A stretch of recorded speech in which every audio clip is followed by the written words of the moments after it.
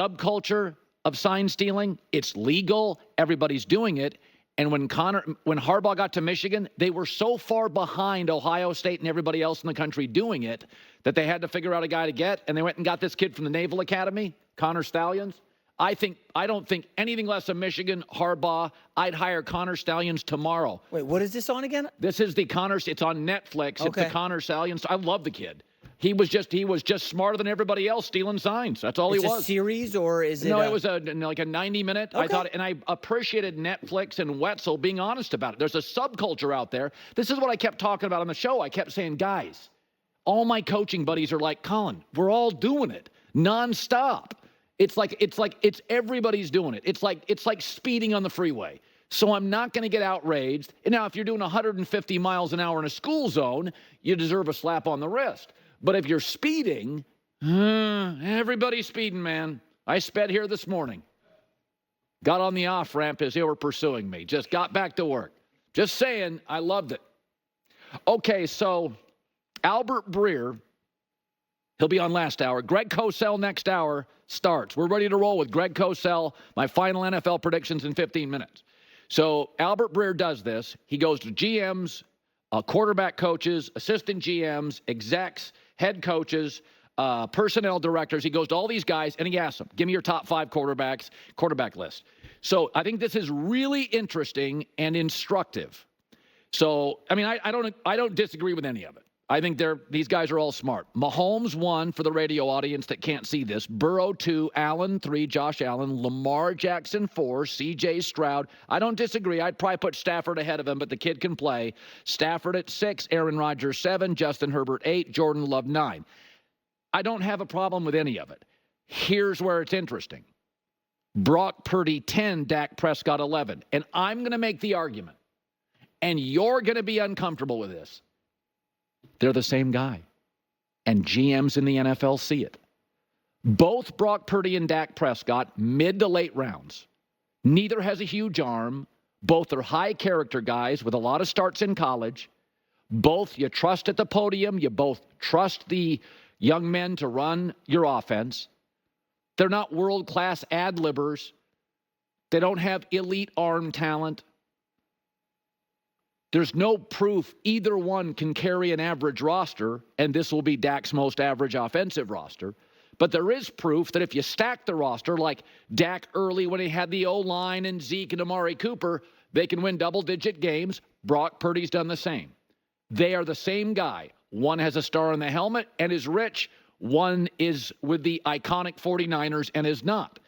But they were guys that had a lot of reps in college, overlooked by people, mid to late round picks, go to an offensive coach and a really, really stacked offensive roster and are productive and play for nothing for years and make the owners a lot of money.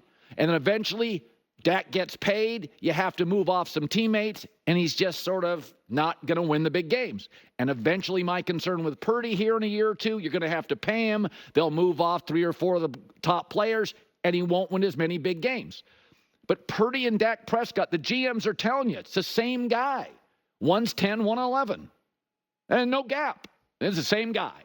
And it doesn't sound right. And I know I've been tough on Brock Purdy, but Brock Purdy's got 111 passer rating. And if you go to Dak's rookie year, when he had that O-line and Zeke, Dak was just putting up numbers.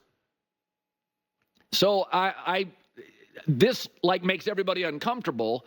But Dak, since they paid him the big money, he doesn't work with as many elite players, and they can win regular season games, but they just got boat raced at home by the youngest playoff team since 1970, Green Bay, and that's really what they are. And I think if you ever paid Brock Purdy, that's what you'd see. He wouldn't have a Kittle and probably a Debo. And can you keep all these elements? You have to hit on more draft picks, and you end up with a good roster, not an amazing roster, and that's what Dallas is. So I think that's kind of interesting. I mean, I'm 8 years into Dak. I know what I have. I'm not that many years into Brock Purdy, but the NFL GM to Albert Breer are telling you what you have. So yesterday we had, by the way, Dak's first 25 starts, he had a passer rating over 100. Why? Because he had a great O-line and a great run game and great weapons. And Brock Purdy's got 111. He's got an even better assortment of weapons with the Niners that Dak did early with the Cowboys. And a better play caller. So There you go. So sometimes when you have a business change, there's unintended consequences. Or sometimes when there's a big change in any business, you have unintended benefits. So for years and years, I have complained about something in college football, and you know I love it. There's not enough great games. You get one or two over the course of the weekend, but why is everybody ducking opponents? But I'm watching LSU. USC wins, but LSU over the next 4 weeks is going to clobber people. They don't play Georgia. They host Alabama. LSU can absolutely make the playoff. If Michigan loses to Texas this weekend, which is what I believe will happen, Texas is completely stacked. Texas is Michigan last year. If Michigan runs the table, even loses to Ohio State at the end, which I predict they will, maybe soundly, they can still make the playoff. Sark was talking about that yesterday on the show, about playing Michigan early in the season. Could it help you down the line?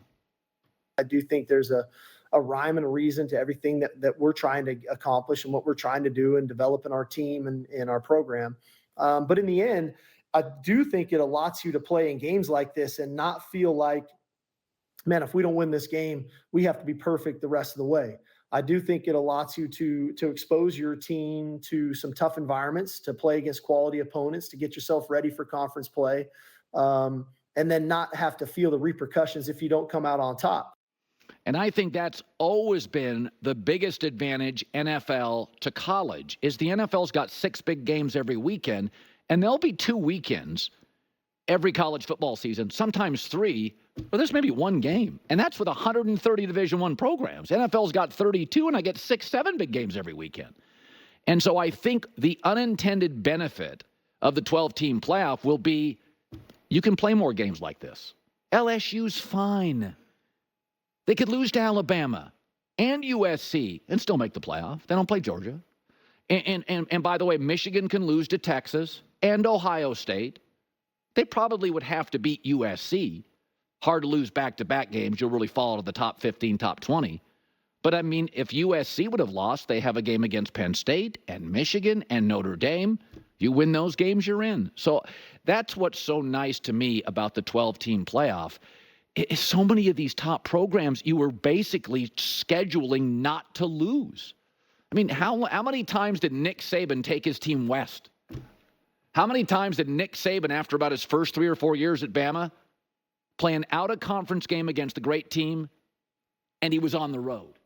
Well, the SEC schedule, it's not that much greater. I watched the Big Ten go 17-1 this weekend. You got to stop on that. So I like the idea that a Georgia will just say, I'm going on the road, or a Tennessee, like, we're heading north, we're heading west. I appreciate the fact that USC opened with LSU and closes with Notre Dame. Both games out of conference. What's the benefit? Wouldn't you rather they don't play Oregon and Ohio State. If they could beat Michigan, I mean, they only had like 1 game where they may not have as good as personnel, Penn State. But instead, USC, LSU early, Notre Dame late, Penn State, Michigan in the middle. Like, we all win on that. We all benefit on more big games. I mean, it's funny, years and years ago, Nick Saban was complaining about Alabama's attendance. It's like, well, what do you expect? You're playing Citadel. What do you expect? College kids have stuff to do. It's called frats and sororities and parties.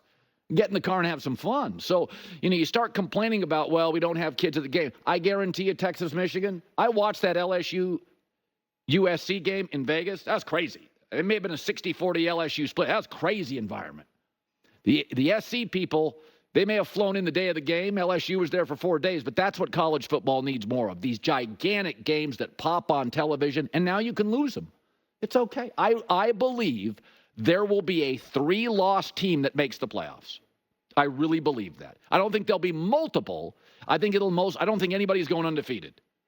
Even Georgia. I think everybody's losing the game. It's going to be 1 and 2 loss teams, and you watch in that 11 spot, because 12 will go to Boise State or Liberty or something like that, Utah.